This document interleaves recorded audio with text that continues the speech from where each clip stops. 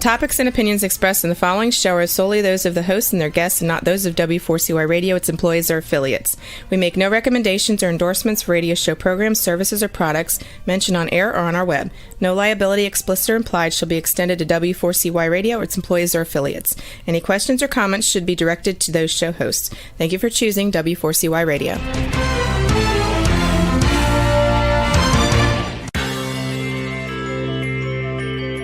Who is January Jones? She is not a young, beautiful, talented actress on Mad Men. She is not an older, gorgeous, exotic dancer from the Johnny Carson show. She is an author, and she wrote Thou Shalt Not Whine, the 11th Commandment, that reached #1 at Amazon.com. She is a reality TV golf personality with world high-stakes golf televised on HDNet. She is a humorist and winologist expert. She is your featured host today on January Jones Sharing Success Stories. So sit back, relax, and get ready to laugh and listen to Ms. Jones with her eclectic roster of guests as you learn life's lessons. These stories plus sharing equals success. Welcome, and remember, beware, because you are entering the no whining world of January Jones.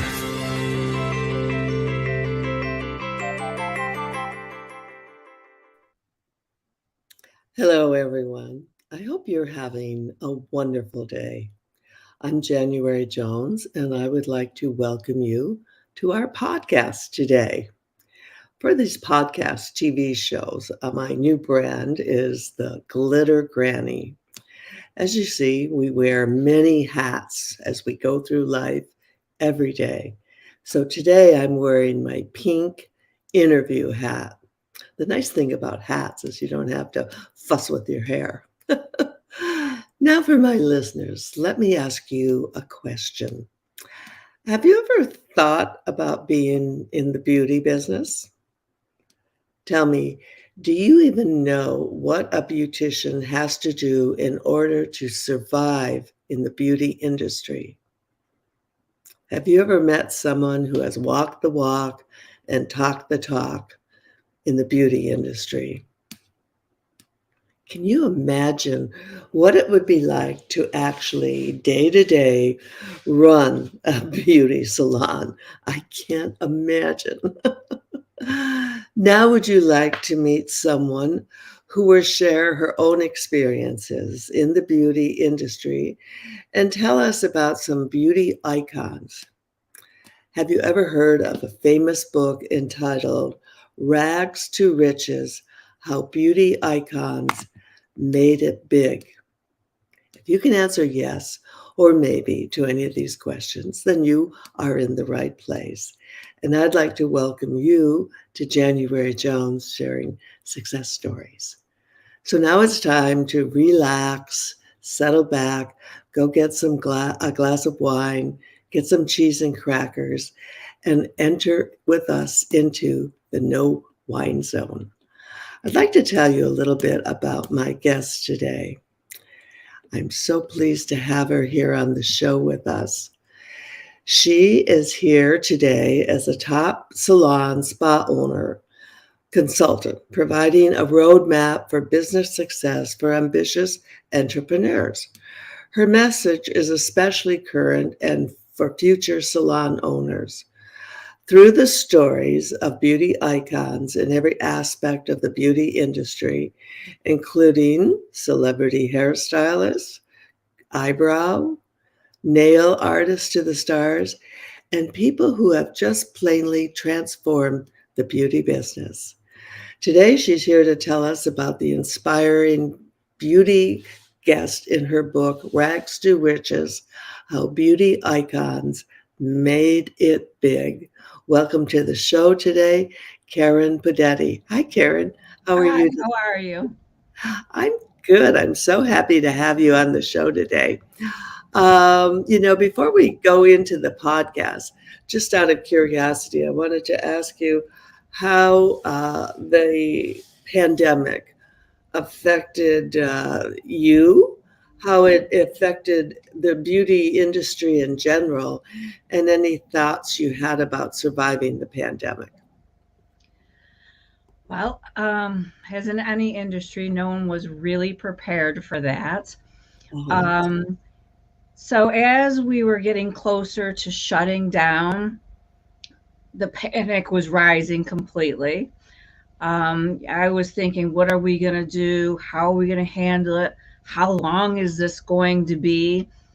Um, so the uncertainty was just stressful. And I was getting calls from salon and spa owners all around the United States, and they were calling me like, what should we do? What can I do? And I was like, at this point in time, there's nothing we can do. Mm-hmm. Pray for our industries, keep in touch. We did a lot of Zoom calls with a bunch of people I was consulting for or had, just trying to talk to each other and keep our spirits up. Yes. So it was tough because we live on people coming into our place of business and having services. Mm-hmm. And so in New York, where I'm from, they finally, it was over 3 months and they finally opened up the hair. So we then had to go into our areas and redo the whole inside of the salon and spas to enable people to come in. Yeah. The one thing that was just horrific at first, when the pandemic was over, they thought 20% of all salons and spas closed their business. Oh, wow. Since that time, it is now around 32%. They just couldn't Do it. survive and handle it going forward.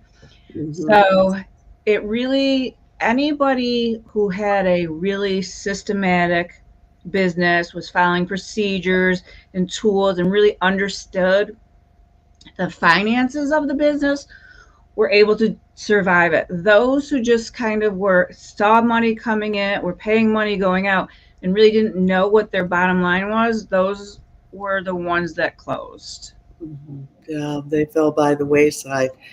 I'm thinking back about it, before the pandemic, I would go in every 6 weeks to have my hair color done.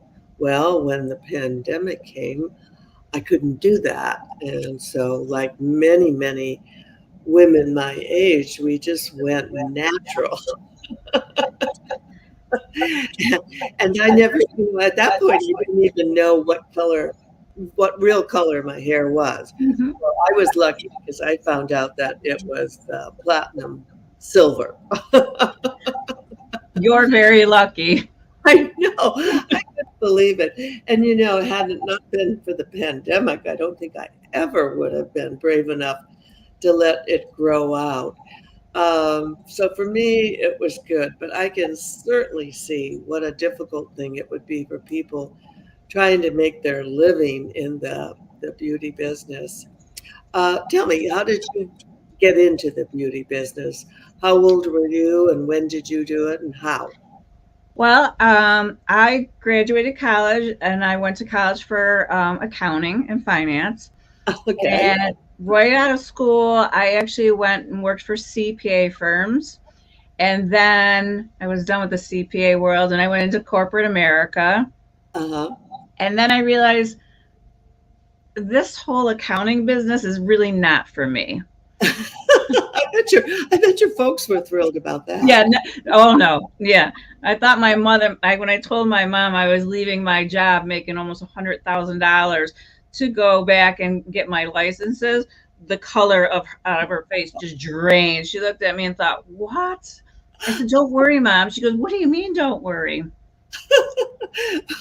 I love your story because I had the same thing happen in my family. My third daughter graduated from college and went into the business world, then went and became a flight attendant, a stewardess. Then at that point, she told me, Mom, what I really always wanted to do, I want to be an esthetician. And I was like, oh my gosh, if you could have only told me that, before I spent all that money on college. But I digress. So tell us how it went after your mom, you picked her up off the floor. Yeah, barely. Yeah. And so I started, and at that time, I also was married and I wanted to be a stay-at-home mom. Okay. So I started a spa in my home, and I did electrolysis as well at the time. And that is a repeat business where people come back, come back, come back. Sure. I had my first daughter, and it was great. So I worked 2.5 days a week. I had a nanny in the house, and I made over $100,000 working from home. So Wow. it was like a perfect ideal situation. And then my business started growing and getting bigger and bigger. And it was to the point where, like, okay, I need now to have my home life be my home life and my business be my business. Okay. So then you branched out. We're going to take a break and we're going to hear about a book, Thou Shalt Not Whine, the 11th Commandment. And, I'm thinking, Karen, this is probably a book that should be in the waiting room of every beauty salon in the country. I definitely agree with that. Yes. Lately, there's a whining epidemic in our world. People are even whining about whining. Are you sick and tired of listening to everyone whining all the time? So was January Jones, the author of Thou Shalt Not Whine, the 11th Commandment, that reached #1 at Amazon.com. Ms. Jones based her book on a survey of the top 10 things that people whine about at all ages and all stages of life. January is a success coach that can tell you how to help others. When you buy Thou Shalt Not Whine, the 11th Commandment, you'll find out what people whine about and how to stop them from whining. This is the perfect gift book to give or get for any occasion. Thou Shalt Not Whine was voted the best gift to be given anonymously for those special people in your life. Ms. Jones is an internationally known author in the style of Irma Bombeck, specializing in housewife humor, with her book being published in Korea and China. You can find Thou Shalt Not Whine at Amazon.com. Welcome back to the No Wine Zone with my guest, Karen Pudetti. She is definitely not a whiner because she is a winner. Also, I want to tell everyone that Thou Shalt Not Whine is now available in audiobooks. Karen, could you please share with our listeners your website information and how they can contact you and how they can buy your book? Sure. So if you contact me through luxspa.com, because that's the business I own. And then you can buy my book through Amazon, Rags to Riches, How Beauty Icons Made It Big. Okay, wonderful. And we'll be putting that information at the bottom. Oh, there it is at the bottom of the screen right now. Okay, so what inspired you to write a book? It was really the pandemic that triggered it. I had been consulting around the United States for salons and spas, and I loved it. The one thing that always I wish I could do more of was help more people in our industry. And when the pandemic hit, I thought, oh gosh, we need to do something. We need to do it now.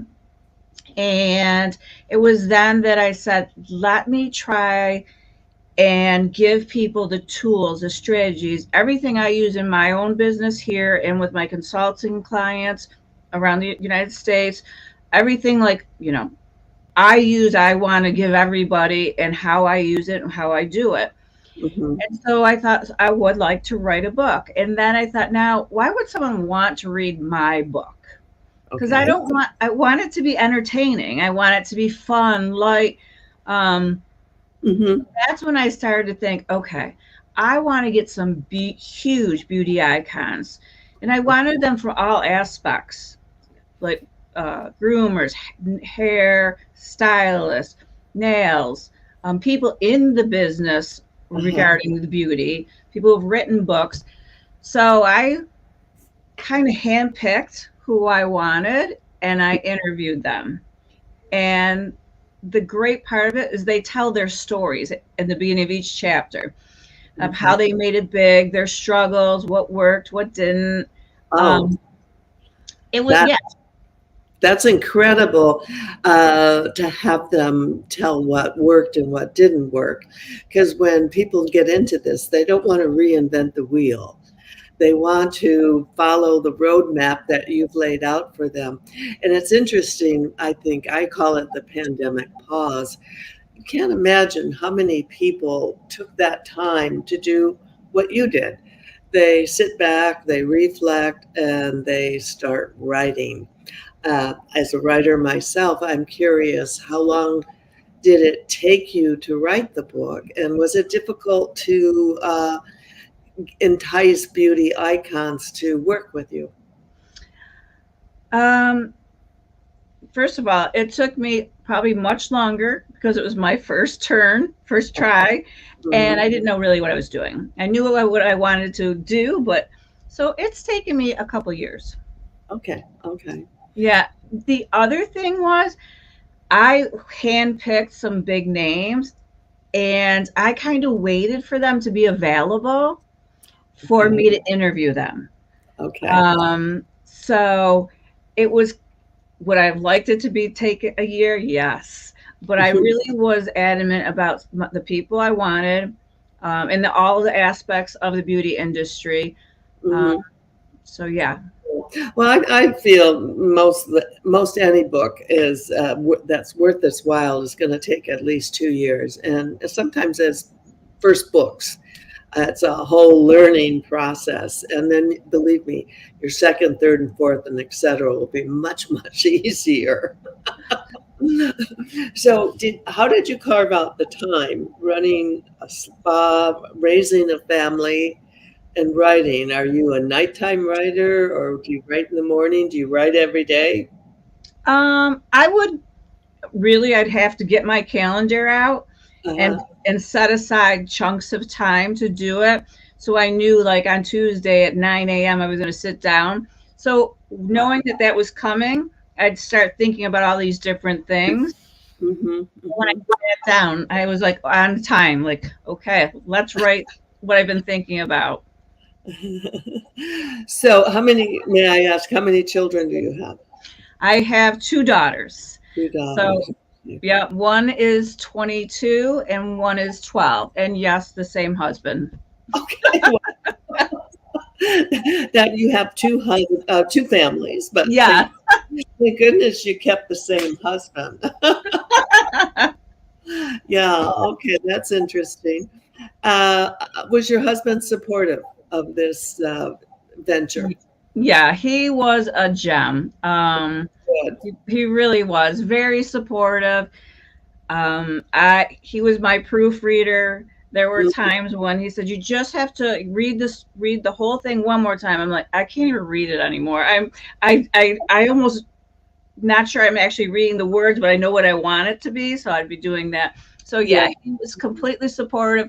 There were times I was taking mini courses, so he stepped up with, helping out my daughters doing homework and stuff like that.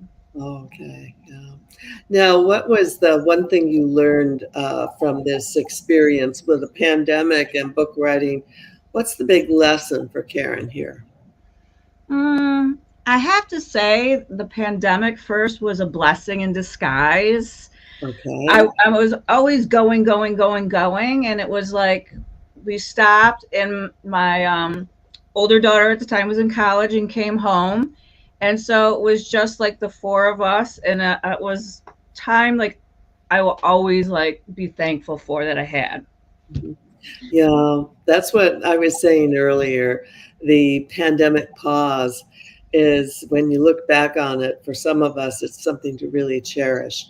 And, the time with your family goes so fast, so quickly. It's, over in a blink.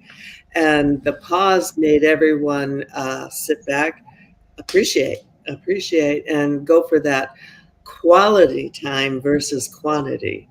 Yeah, absolutely. So I Yeah. love that they knew I was writing this, and they're very supportive, which was really good. So the one thing, I wrote the book, and then I took the book and made it into a course. It's an online course Oh, okay. called Rags to Riches in Action. Uh-huh. So in the book, there's assessments. So there's a story, then there's assessments, and then there's things to learn, things to do. But I kept wanting to write more and give more and give more and give more. So I'm like, okay, I need a course. So I took each chapter and really dived into it in my course. And I'll, like, for instance, marketing. Here's my marketing calendar. Here are all my marketing ideas and things I do. So um, they were even they were proud about the book, but they thought it was very cool. I took it one step farther. Mm-hmm, mm-hmm. So, Did you, let me ask you, did you write your book on Kindle as an ebook, or how did you go about it? Or did you self-publish, or did you have a publisher?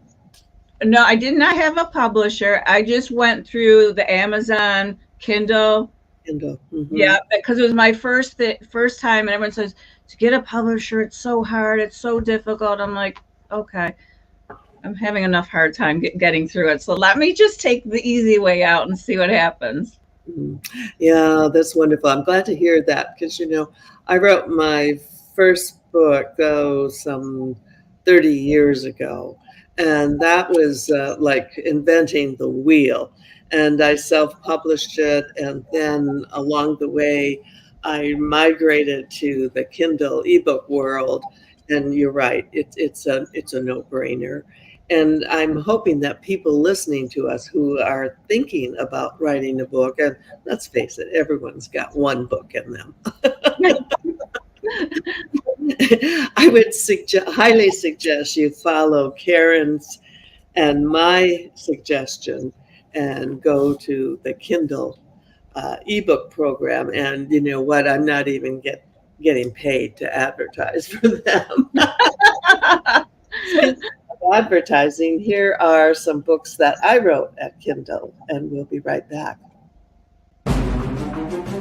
Let me ask you a question. Are you still wondering who killed Kennedy? Over 50 years later, the assassination is still a mystery. It is unfinished business for our country. Now, get ready for a theory that you've never heard before, but will make more sense than any other conspiracy theory that you've ever heard in the past. January Jones speaks the unspeakable in her book, Jackie, Ari, and Jack, The Tragic Love Triangle, connecting Jackie and Aristotle Onassis romantically prior to JFK's assassination. Did you know that Ari was Jackie's guest in the White House during the JFK funeral? He was the only non-family member who was invited by Jackie to stay there during the funeral. Aristotle Onassis was one of the wealthiest men in the world, with the means, the motive, and the money to order an assassination that was the perfect crime of the last century. Ari needed class, and Jackie needed cash. They were perfect for each other. Now, what is Camelot? It is but another tragic love triangle. Jackie, Ari, and Jack is available at JanuaryJones.com, Amazon.com, and audiobooks.com, read by Ms. Jones.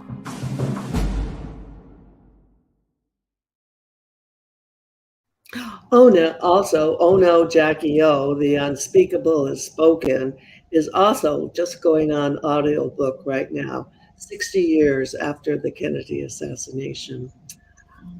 Karen, what excites you most about being in the beauty industry? And what advice would you give someone who's contemplating doing what you're doing? What I love the most is helping people. I Good. I really love the fact when I can help someone change either how they look, how they feel, but when they leave, they're more at peace, more with gratitude. That fulfills me. And advice for anyone getting into the beauty industry, if you're going to go in big. My motto is dream big, swing big, play big. So go in knowing you're going to have to build a clientele and no one gives you that. So really understand who your niche market is and really go after it and keep and reinvesting in education and just do whatever you can as far as marketing and just being the best you can be and serve people. Really serve them from the heart. And that, in a short, explains why you're successful. And I find that people in the beauty business, in my opinion, are all therapists. That is true. And I spoke earlier about my daughter who became an esthetician. Well, after she kind of did that, she then went on and became a therapist. And so that is what she is doing now professionally. But I can remember so many times when I'd go to Paul, my hairdresser for 30 years. He knew all my secrets. He knew all, and he was so good keeping things confidential, giving me advice. The same thing happened with my manicurist, where I go for my facial. So you're basically in the therapy business, aren't you? Oh, yes, definitely, definitely. I could probably write a book on all the things I've been told over the years. Okay. Are you there? Yes, can you hear me? Yeah, I can hear you. You just kind of paused on the camera. Yeah, that would definitely be your second book. Yes. Okay, now when you're talking to people, who do you feel is, the ideal candidate to run this profitable business? I mean, the first thing, they have to have empathy, I would think. What other qualities do you look for in people who want to go into your business? This sounds funny nowadays, but I would really want somebody to be professional. I actually teach the people, my staff, how to give a proper handshake, how, Oh, yeah, how to talk professionally and, respect the career we chose and to do it to the highest standard. mm-hmm. Yeah, that's good advice. Now, let's talk money. What can someone expect when they go into this business? Is it lucrative, and how long does it take to actually start being able to pay your bills and to show your profit margins? Well, when you go into this business, if I have like someone coming to me and they have another job, I say to them, you should keep your other job for a while Uh, you build your clientele. That way you have other income and you're not just solely depending on this. And it takes a couple of years. mm-hmm. Now, this is what becomes the difference between those who rise to the top and those who just are mediocre. The ones who rise to the top, they know they're going to give their all. They might have to work extra special for each client. They just do everything a bit better, take more time, and they really connect and build a rapport with their client. And that is huge. If Mm-hmm. you go into it being shy or quiet, it's Yeah. going to take you 10 times more. You Mhm. really, really just need to be able to be compassionate and again, follow with your heart. And those are the ones that will make it. Now, my um, people here, my staff, I meet with them anywhere from every other week to once a month, and Uh-huh. they tell me how much money they want to make. And Okay. so I say, okay. And we start to break it down by month, week, day. So they know at the end of the year Mhm. whether they're going to hit their goal or not. So we work backwards. And I have 7 people now who are making over 100,000, but Wow. they've worked hard to get there. Yeah, yeah. I'm sure they have. When you started to work on your book, how did you go about, how many icons did you interview, and how did you go about choosing them? I have 12 icons, Okay. and I wanted people from different areas. Uh-huh. And I knew if I just called, I would never get a hold of them. So I Mhm. actually put a media kit of who I was, what my thought process was, what my end goal was. And I sent that to them or their agent. And they would, some of them got back to me right away. Some said, I'm really busy right now, maybe in the future. But I was really, I kind of went after them and didn't let up. Okay, you had your goal and you set it. Like, how did you do the interviews? Since we were in a pandemic time, did you do it on Zoom or did they write written interviews? How did you get that? No, each one was Zoom based, and had it not been Zoom, I would have wanted to meet each one individually, Mhm, but it was Zoom, mhm. and it was very, it was, I was so nervous. Really, I mean, I would be like all shaking and just about, and then I'd start talking to them, and they were the most humble people. And I'd be Mhm. like, wow, you just did Oprah Winfrey's eyebrows and you're talking to me. So I mean, I was like, wow. And they were just, it was shocking to me at how just real they were and forthcoming. Yeah. And, you know, they told me their ups and downs. So I was like so thankful to them for being part of that, because my book really wouldn't be what it would be without them. And Mhm. yeah, they were amazing. I mean, for one, Damone Roberts, he's Uh-huh. known for his eyebrows. Mhm. And in one part of the interview, me and my assistant were laughing hysterically. 10 minutes later, we're about both choking up, almost crying over another story he told us, and it was just like true raw emotion. So yeah, it was. I I am grateful and so thankful for them sharing and being just so open with me. Oh, that's wonderful. Now, you were talking earlier about education classes that you're taking right now. What do you recommend to our listeners if they're, I know we recommend your classes, obviously. It's our first recommendation always. But what else do you recommend to people who are thinking of doing this? What do you recommend they do in preparation? First of all, whatever your niche is, whether it be nails, hair, facials, laser, make sure you become the best in your field and you have a great reputation, first and foremost.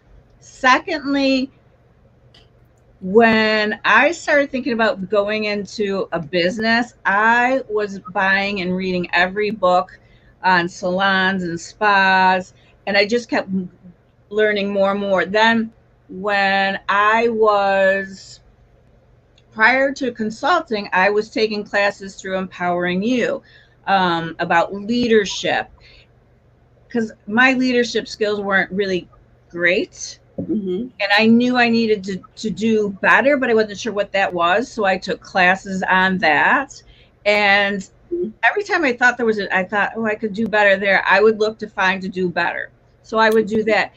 Even going to the Small Business Bureau and getting advice for them on, you know, the statistics in that type of area.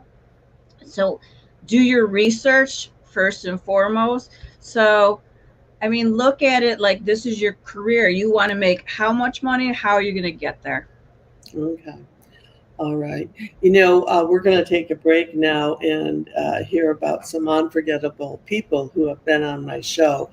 And when we come back, we're going to talk about some of the icons in particular and what you learned from each one of them. We'll be right back. Have you ever met someone who was unforgettable? Someone who has touched your heart and soul? People who have faced difficult problems? People who have struggled to find solutions? People who fearlessly shared their stories? People who have not only informed you, but inspired you? People who have priceless personalities? I have been fortunate to host an internet radio talk show called January Jones Sharing Success Stories, and it has been my privilege to interview hundreds of guests. My guests have shared their stories, their struggles, their secrets, and their successes in their own words. In this book, we're talking about people dealing with problems such as incest, molestation, runaway kids, child abuse, drug abuse, polygamy, unemployment, scandal, and starting over.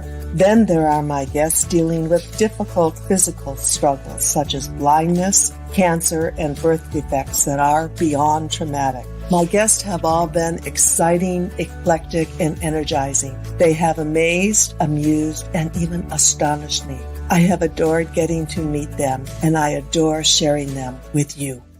Attention all listeners. Priceless Personalities, Success Stories Shared by January Jones, Volume 2 is now available at Amazon.com in paperback and Kindle editions. You'll be able to meet 10 amazing people who will be sharing their own personal stories with all their struggles, successes, and solutions, sprinkled with lots of humor and hope. Priceless Personalities features a teenager who becomes one of the famous Supremes from Motown, a nurse who as a humorist helps people to heal, an inspiring laughter yoga instructor, a mother dealing with the loss of a child, an incredible motivational speaker, a woman who married 5 times, a gifted paranormal nurse, a wise economist, a funny female humorist, along with an older man sharing his sweet childhood in the Deep South. January's guests are all amazing and amusing. You will never forget meeting them. Go to Amazon.com for your own priceless experience.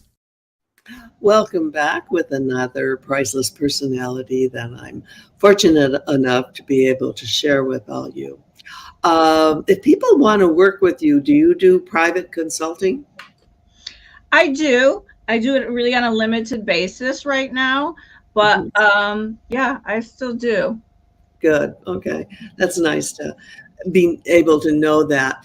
What was the most, when you're looking back, you've done this for 20 years. Wow. What was the most difficult time, and what would you consider your biggest success? I think there was one early on. I had a walkout, which is not uncommon in our industry. What is that? When you get a group of your people, because I had up to 50 employees, and a walkout is when you get a group of them that think they're gonna leave and they're gonna go start the business on their own. So it was my manager of the hair department, which is huge. Yeah. And he took the manager of the spa department. So my two go-to people who have access to my book, who had been with me for a while, during the pandemic, they decided that they were going to start a business and do it. And so shortly after we reopened, about 2 months, one day they left me a note on my desk just saying, we are leaving due to someone had come into the spa and salon with COVID.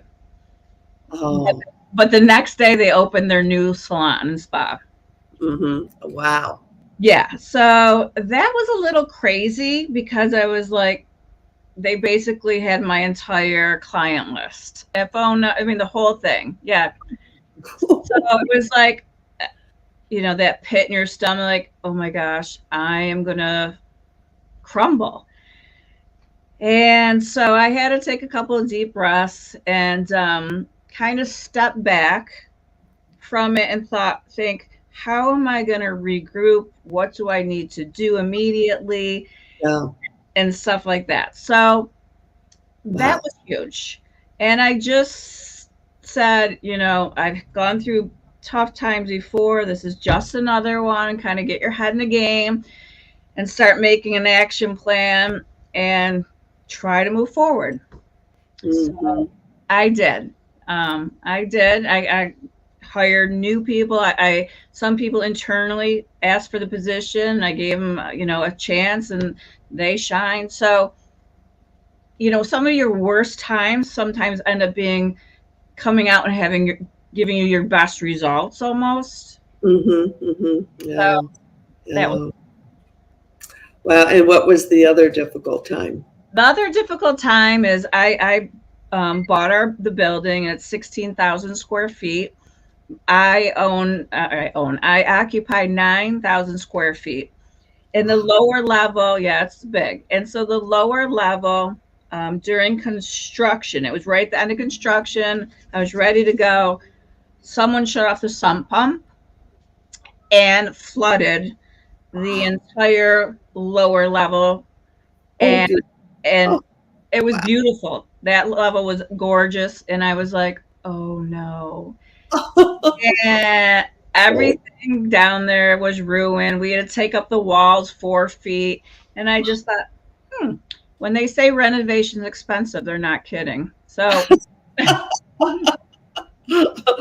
okay, okay. Now those are two amazing stories, and they're very they get your attention, definitely. yeah. Now let's talk about what has been the most successful, and what are you proudest of? I truly, and I always say one of my biggest assets is my team. Uh-huh.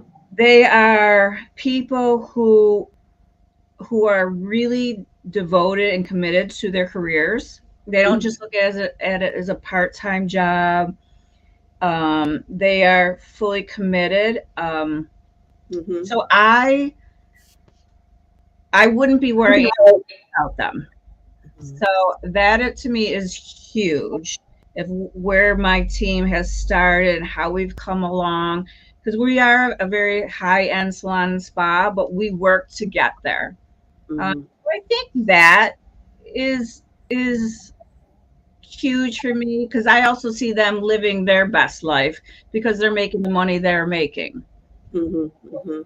They're happy and content, and so that I love. I think Yeah, that's pretty big, and for sure. Yeah. I think one other thing is I have a clothing line that's fairly new, Mhm. and Mhm. my youngest daughter was diagnosed with ADHD, which I didn't know anything about. Right. So I started a clothing line.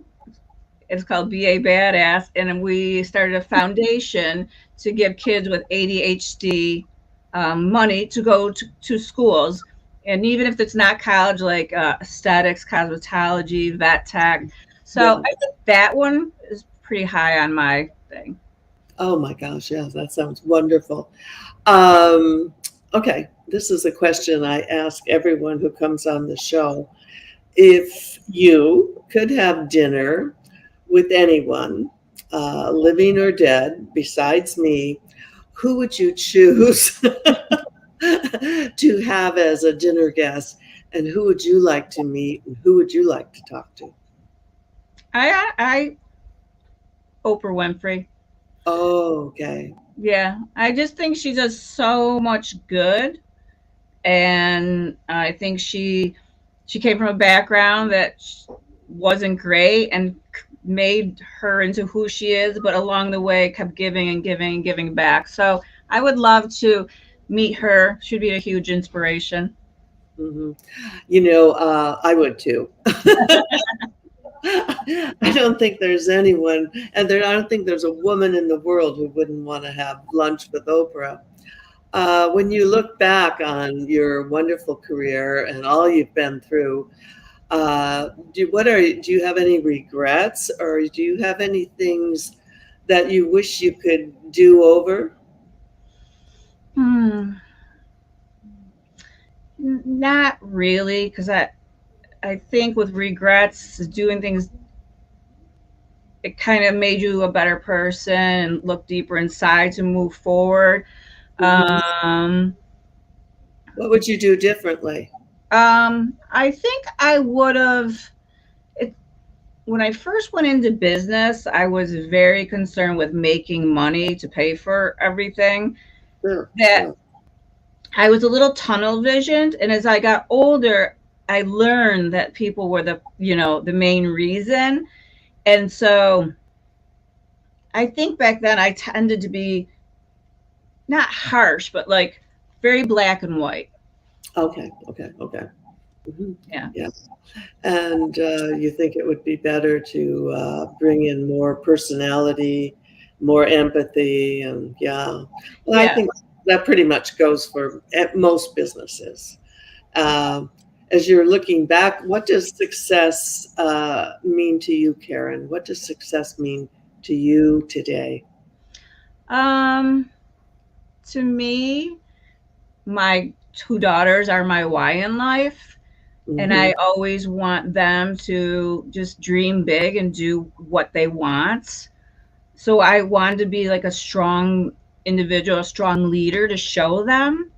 Hmm. Um, so so that, and the fact that like my girls see that I work hard, but it Yeah. pays off Hmm.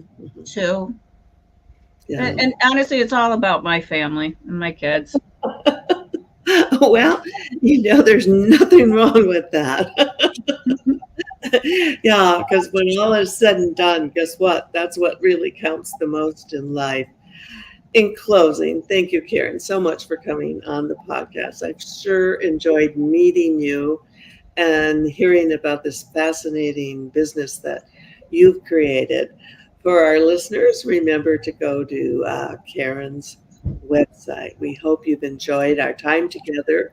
We've tried to be very informative and inspiring. Our, our upcoming guests are all energizing, eclectic, just like Karen. Next Tuesday, we'll be on live at 2 p.m. Eastern Time. Now, my 80-year-old taught for the day today.